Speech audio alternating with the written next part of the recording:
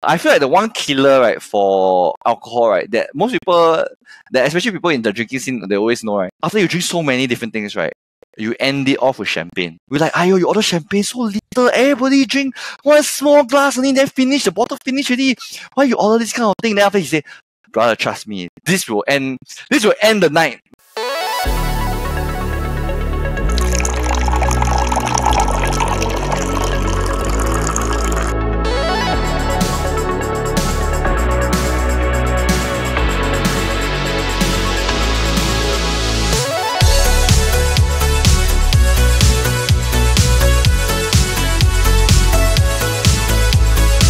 What's up? What's up? And welcome back to the coffee shop. I'm your host Brandon, and hello again to another episode of the KopiBros presented to you by the Chit Podcast Network.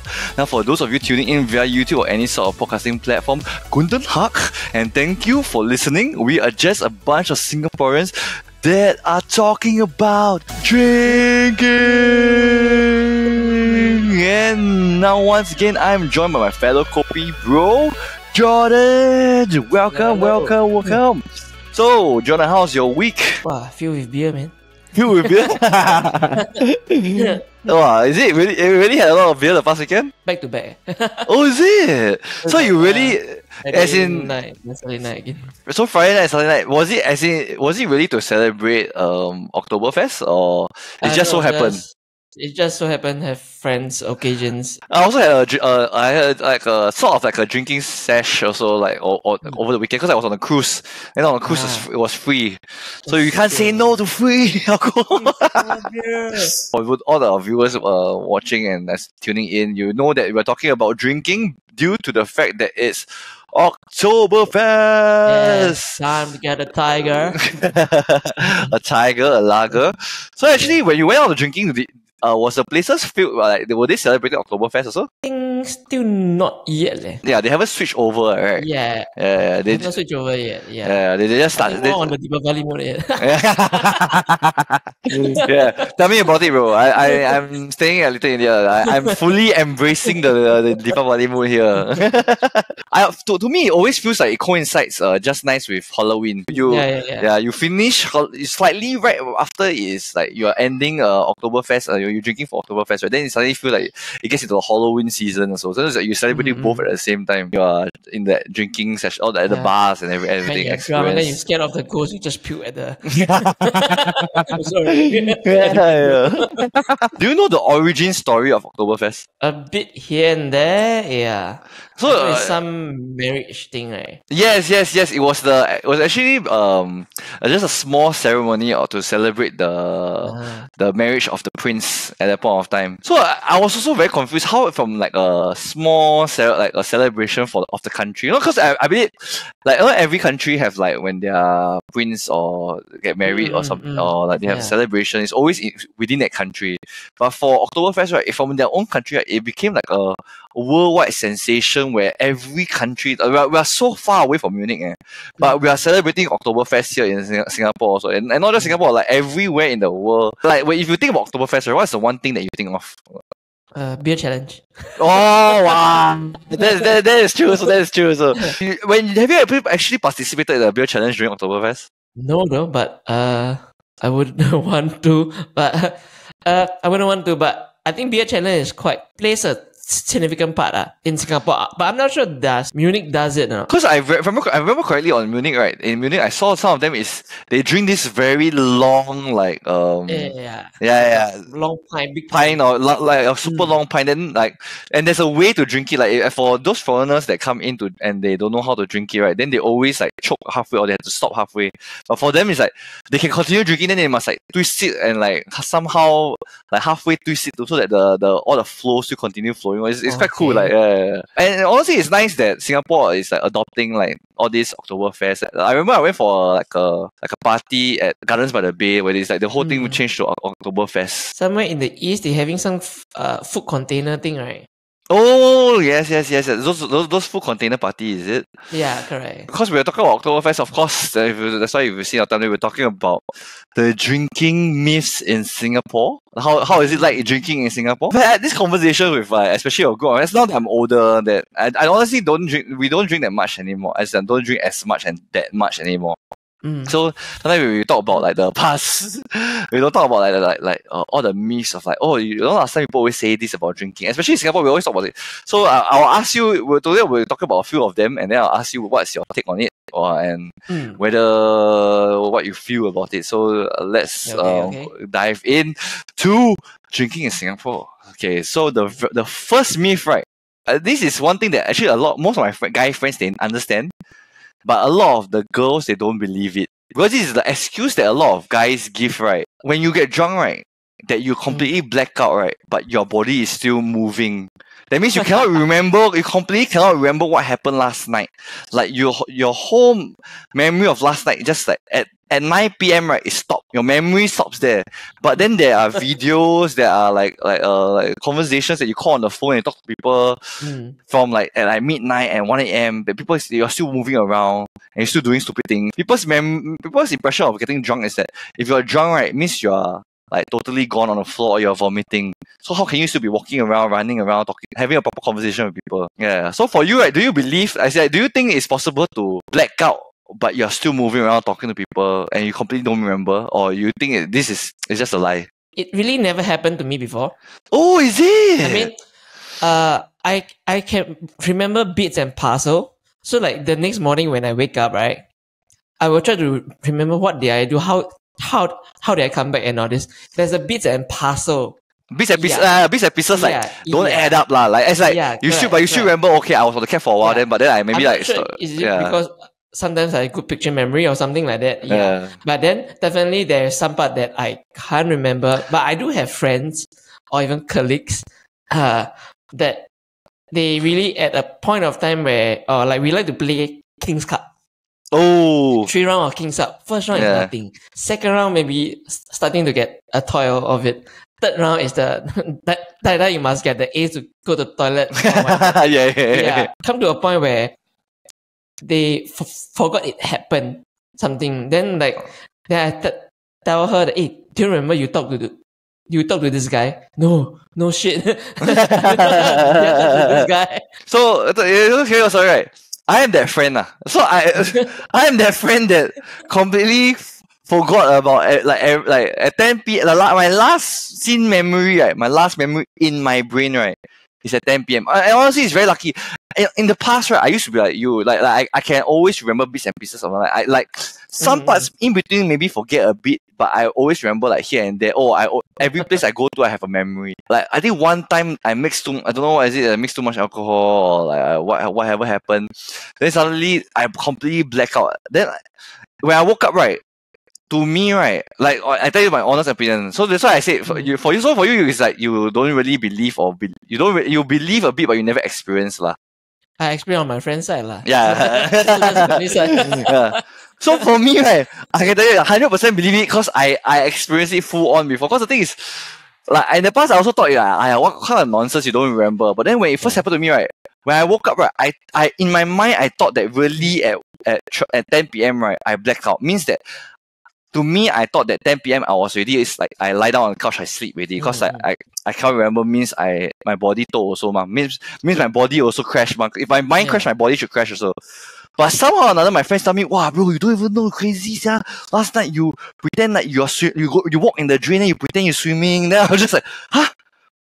What nonsense are you talking about? Yeah. Yeah, but I think most of us will remember that we vomited, right?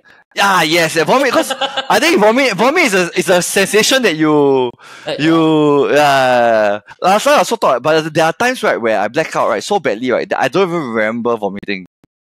Oh. Yeah, that night, right, that I completely cannot remember. And then they tell me, bro, you vomited all over the floor, bro. Then I was just like, huh?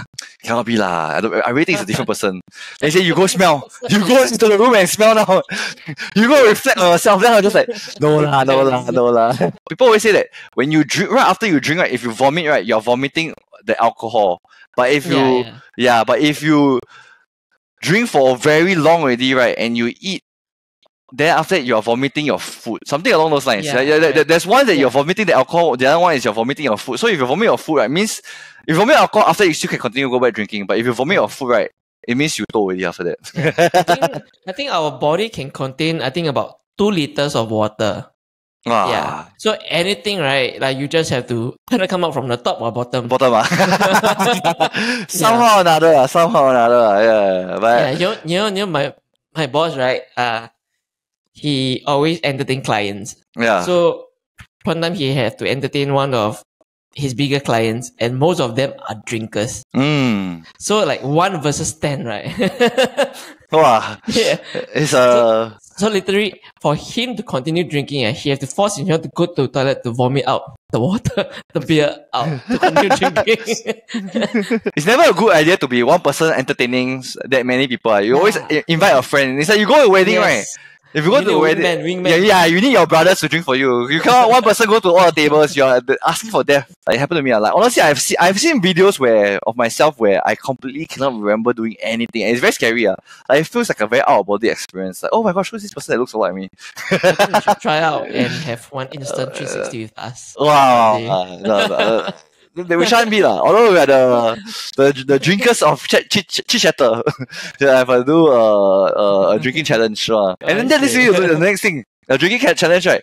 What is the one what's the one alcohol you think that kills you? I think so long you mix it. I think so long you mix it.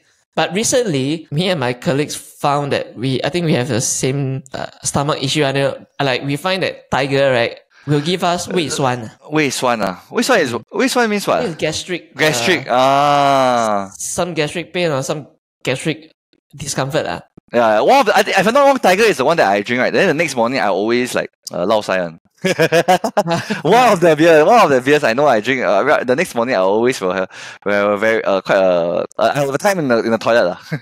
You mentioned you like Tiger, right? Yeah, but I really do like Tiger. That's the one Tiger beer that I usually drink the most. Cause like last time I always thought it's too bitter, but then now after that, it gives you like the kick. I think it would taste slightly different if you drink from different. If you drink from can, it would be bitter. Yeah, of course. If you drink from like draft and all this, maybe it's better. Yes. Colder and all that. Yeah. So, but I feel like Tiger is one of the like the gears, like give you a bit of kick even in the can. Can and the draft. Yeah. But it's true. I feel like mixing the alcohol, right, will always it's a one road to killer.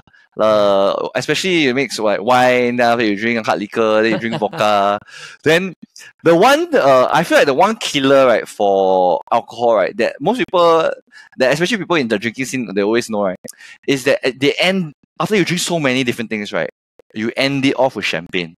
Wow. Knockout blow. And champagne is like such a small glass that you think like, I the first time I drink it, like I remember I was at like a party or a club, but then after that, we all had a lot of drinks already. Then everybody was just a bit like quite high already, but we're not like that high. So one friend ordered champagne. We're like, ayo, you order champagne so little. Everybody drink one small glass only, then the bottle finish already.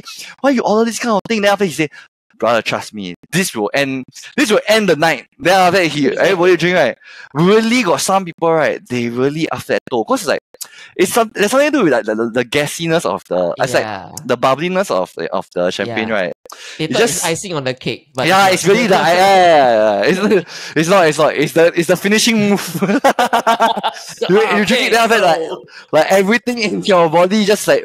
Ooh. The other one, like the silent killer, are the sojus, I find. Oh, soju. And all sweet. Correct. And people thought, I can drink more. Correct. And soju it's not weak. Like if people think like soju is like maybe like 5-6%, like same as wine, like some Moscato is like 5-6%. But no, soju is 15. That's why drinking and clubbing in Korea is so nice, because like the 7-Eleven there can sell overnight. So wherever you want to like get a quick boost, you just go 7-Eleven, buy a soju bottle, then you just like you drink like half a bottle, you're back to high already. Yeah, you're like, okay.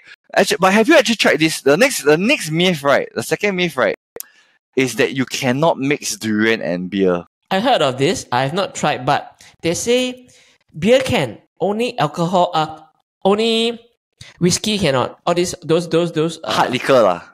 Hard liquor cannot. Yes. What is it? I always hear that it's if you drink durian and beer, right, there's something about it, right? The gassiness and everything, right? They create the ultra super cholesterol. Then got chance to die, that kind of thing, right? Something like that, right? Yeah. Yeah. But speaking of experience, I actually tried it. And you survive. I survived. There we go. I'm still here. And It's it's just that- like a rack and ball. Yeah, it's just that I feel like the reason why people tell you that they encourage you not to do it, right? Because the one thing is just that after you drink beer, right, it's very gassy, right? Then you keep burping a lot, so it smells like you're killing not yourself but the people around you. Like, like please join me in my durian party. Oh, You had a mobile chou tofu. the mobile bring the smell wherever you go.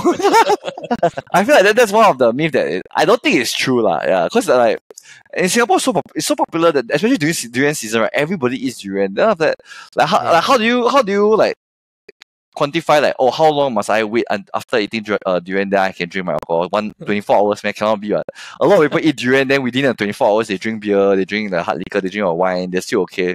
Maybe they got some gastric problem, maybe they fart a lot or they burp a lot, then they kill the people around them. Yeah.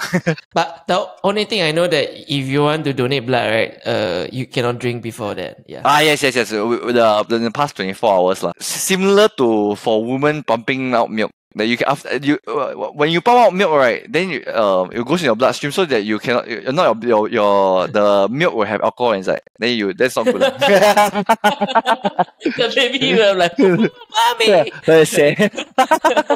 I want to ask you, what's the bar or place that you go to, right, that has like you feel is the nicest? That if let's say you've got people coming from out of town, where will you bring them? Which bar will you bring them to? Recently, I've been to a few Tipsy Collective one. Oh, actually, Tipsy Collective is fun. Yeah, Tipsy Collective is quite fun. I mean, besides they have live band, they have another one under their umbrella called Lady Wu. Oh, Lady Wu. Yes. So it's like a mini rooftop at just opposite OCBC building. Yes. Yeah. Correct. They actually have a private room, right? In the past, right, the private room has a poker table. But then after that, now there is no longer. Yeah, now there's no longer poker table. But the private room has karaoke, which I like a lot. Yeah. It's like because like a it feels like your very own like pub, but then because it's really a pub system. But then all the tables are all your friends lah. Yeah, in the private room. Yeah. But aside from this kind of live band, I normally myself will go to the pub. I think the pub where I met you at. Yes. Have fun. Talk. Yeah. It's a very like old school. But I feel like we really, because we passed the age, we're like very uncle vibe. Let's go down there. can buy food inside, eat lok, then can drink, then can sing song, then take turn, then play pool, play darts. You know, the lok opposite closed already. Oh, is it? Oh, that's so sad. Wow, that's such a good match though. Like eating lok and having some drinks. Speaking of darts, right? Actually, I went to this place, this bar, which is super cool, right? I think it's rather new. It's OCHE, right? I don't know how to pronounce it. I think it's Oker. It's Suntec. No, it's at Riverside Point. So it's at along Clarke Quay that stretch, right? Next to Dong Lok.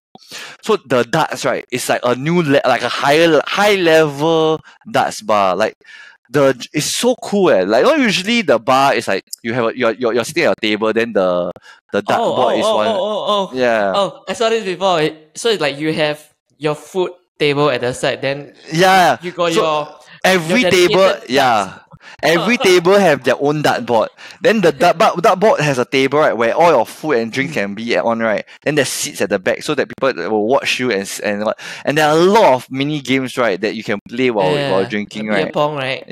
But then usually people there you're playing mainly darts, so it's like a lot of the darts games, like you can play like like knockout, or you can play like lumberjack, which is really very fun, and it was such a clean, nice like because and all their darts is like solid, like really it's like not those kind of you find at the pub, right, where the thing is like completely bent, it's super light, you throw like so it's really something different that I recently been to. The other rooftop bar that is, of course, Loof? Loof. LOF. LOF. The Louvre is actually very nice also. My friend used to work there. Neon Pigeon is nice. I like their. Yes. Yeah. I like their food. The food that their snacks. Their hummus is something that is out of this world. That I feel like is one of the nicer hummus that I've tried. Aside, have you tried Beer food. Factory? Oh, Beer Factory is okay. Every bar has its purpose. Like Beer Factory is like of course all the office people after they work, they stress, they go out and drink. Plus it's so cheap. Yeah, it's so cheap. You cannot believe that place is cheaper than like drinking at like a bar near in your heartland area. Honestly, you drink at those bars at your heartland area, right? It's so much more expensive than that place, Beer Factory. Honestly, I don't know. These are the few places that you can check out during your time here, as in, like during Octoberfest. I believe all these bars they always have Octoberfest promos that they will throw out. I've always wanted to join. There are some bars that they do have beer drinking competition where the winner gets like a free tower of 3 free towers or something along those lines. Yeah. So I went for one before at along Prinsep Street. Yeah, Prinsep Street also there are quite a few nice bars there as well, but. Yeah, I'm no longer at the stage where I can drink that fast. People, I see some people they drink is like basically they're just swallowing. They don't even like the thing just disappear. But I just like go, then they just like like gone. I think last year my boss went to this Brewworks challenge. Oh, Brewworks. Oh, that's nice also. They give you like a shoe size, like a boot shoe size. Yes, the shoe. The shoe is the one that. But the end you have to spin it. Yes, not the long one. The shoe. Okay, yes, the shoe. So like you have to complete in 60 seconds. So if you complete it, they'll give you an like a free 4 other pint of draft beers. And Brewworks pints are actually not too bad. They're quite nice. A very chill place. So that was our KopiBros episode on drinking in Singapore. Get out of here. Look at the time. Our coffee shop is closing. And if you like our Drinking in Singapore episode, please give us a like, a thumbs up, and subscribe. We have an episode that comes out every Monday. But if you're interested in football, we have the football kaki that drops every Wednesday. And if you're into fun draft topics, we have our SG draft that drops every Friday. Also, if you're watching this on YouTube and want to vote, we have the poll that comes from Monday to Thursday. So please go on to our Instagram page to do your vote. Remember, coffee a day and maybe a beer a day keeps your troubles away. Save water, drink beer.